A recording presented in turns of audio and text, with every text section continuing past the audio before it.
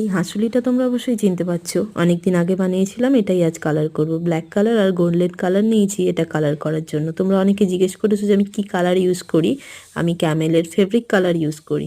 এটা কালারটা গোটাটাই black colour করে নিয়েছি, আর তার সাথে যে ছোট্ট দুটো ইয়াররিং বানিয়েছিলাম সেগুলোকেও কালার করে নেবো একসাথে।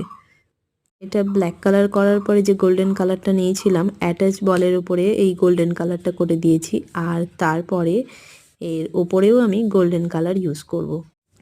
বেশ ব্যাপারটা দারুণ লাগছে, আর এটা রং করতেও কিন্তু আমার খুব ভালো লাগছিল। ঠিক অনেকটা দেখতে লাগছিল যেরকম সেই ব্ল্যাক কালারের অক্সিডাইসের গয়না হয়, ঠিক ওই রকম ধরনের দেখতে লাগছিল। আর এটা ক্যামেরায় কতটা ভালো লাগছে আমি জানি না, কিন্তু সামনে থেকে কিন্তু দারুণ লাগছে।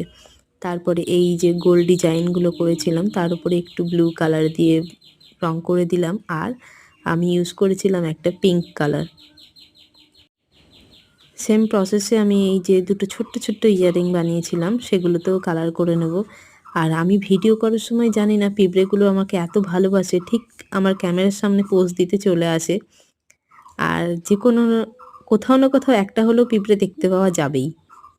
তারপরে এই ইয়াররিংগুলোও সেম প্রসেসে আমি কালার করে নেওয়ার পরে যে সুতোটা ইউজ করব, এখানে সিল্কের যে কি বলে এটা জানি না, কার নইলে কিছু একটা হবে যেটা পায়ে গলায় বাঁধে, আর ওটা দিয়েই আমি একটু পেঁচিয়ে নিয়ে এই টার্সেলটা করেছি।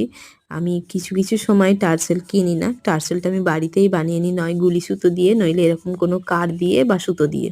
তোমরাও যারা নতুন নতুন কাজ শিখছো বা করতে চাইছো, প্রথম প্রথম এইসব প্রসেসগুলো ইউজ করো, দেখবে খুব ভালো লাগবে। আর এই হচ্ছে ফাইনাল লুক। কেমন দেখতে হয়েছে অবশ্যই কমেন্ট করে জানিও।